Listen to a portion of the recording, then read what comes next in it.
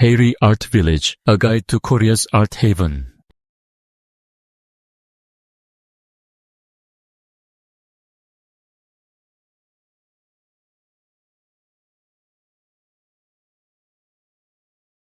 So, there's this place in South Korea, just a quick bus ride from Seoul, that is totally unlike any other village you've ever seen. And get this, it wasn't planned by the government or built by some big corporation. Nope, it was dreamed up and built piece by piece by artists themselves. This is the amazing story of Heyri Art Valley. Okay, so let's just jump right in with the simple but kind of radical question at the heart of all this. What actually happens when you give the keys to city planning to painters, musicians, and architects? What kind of town do they end up building?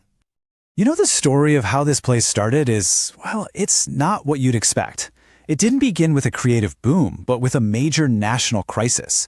The founding of Heyri is this incredible example of how sometimes the most amazing creativity can come out of really tough times. And we're not talking about a handful of people here. This was a massive grassroots movement. We're talking 380 creative professionals from every field you can imagine, who all came together with this one shared dream: to build their own community, right from the ground up. Now, to really get why this is so special, you have to understand the timing. This all went down in the late 90s, right when South Korea was in the middle of a huge financial crisis. And this group of artists, they saw an opportunity. It wasn't just about finding affordable land. No, this was way bigger. It was about fundamentally rethinking what a community could be, one built on culture and connection instead of just, money. And they didn't waste any time either.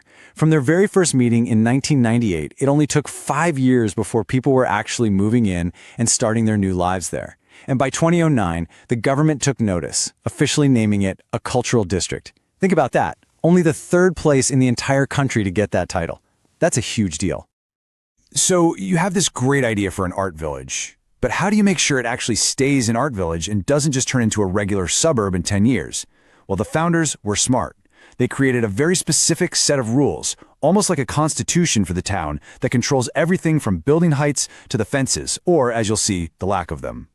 And these rules are what give the place its incredible vibe. For starters, no skyscrapers. Everything has to be 3 stories or less so it feels human-sized. And get this, no fences. At all. Can you imagine?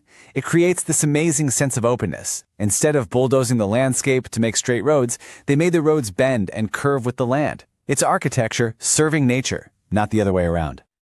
But this next rule, this might be the most important one of all. It's called the 60% rule, and it's basically the beating heart of the whole village. It means if you build a place here, you can't just keep it all to yourself. More than half of it has to be open to the public as a gallery, a museum, a cafe, something cultural. It's a genius way to guarantee the entire town remains a public cultural hub. And this quote just nails their whole philosophy, doesn't it? It was never about conquering nature. It was about living with it. They kept the original streams, the hills, all of it. That's why when you walk around, it doesn't feel like a town that was just dropped on top of a field. It feels like it grew right out of the ground. Okay, so we've talked about the buildings and the rules. But what about the people? Who actually lives here? Well, living in Heyri is a whole lifestyle, and the people even have a name for themselves. They're Heyrians. And being a Heyrian isn't just about your address. It's an identity. It's about consciously choosing a different path, one that values things a little differently than the hustle and bustle of a big city. Let's break that down. For most of us, work is, well, it's work. It's how you pay the bills. But for a Heyrian, work is their art. It's their passion.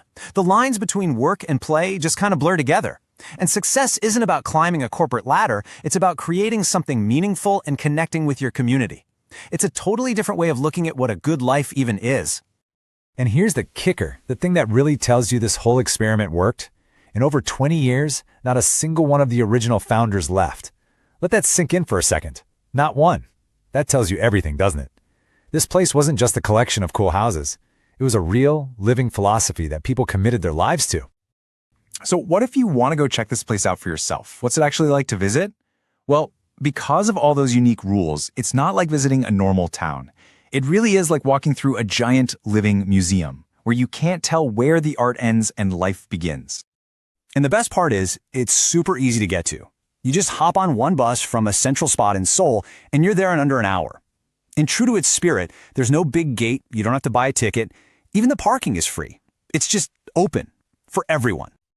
And once you're there, wow. Thanks to that 60% rule, there are over 100 cultural spots packed into this one village. You can just wander around, pop into a modern art gallery, then a cool toy museum, and maybe even an artist studio that's open for visitors. It's a real choose-your-own-adventure kind of place. Here's something a visitor pointed out that I think is so cool.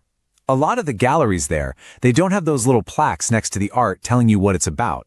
And that's on purpose. It forces you to just look, to have your own reaction, without being told what you're supposed to think about it. It completely changes the experience. All right, so when you put it all together, the history, the unique rules, the people who live there, you start to realize Heyri isn't just a nice place to spend an afternoon. It's bigger than that. It's a powerful idea. At its core, it's a living, breathing social experiment.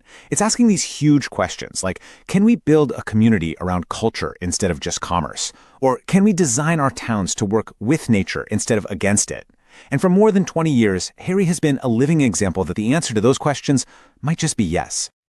So what this all adds up to is a potential blueprint for the future. It shows us that a community can govern itself successfully. It proves that prioritizing ecology can create a beautiful place to live. And maybe most importantly, it shows us that art doesn't have to be a luxury item. It can be the very foundation of how we live together.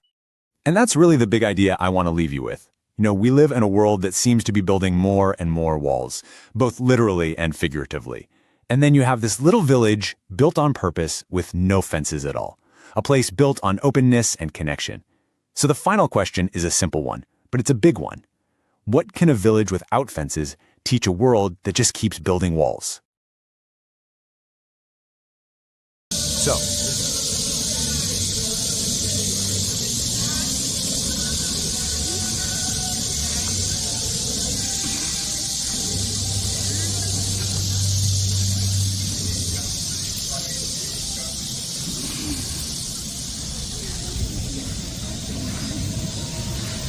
Mm.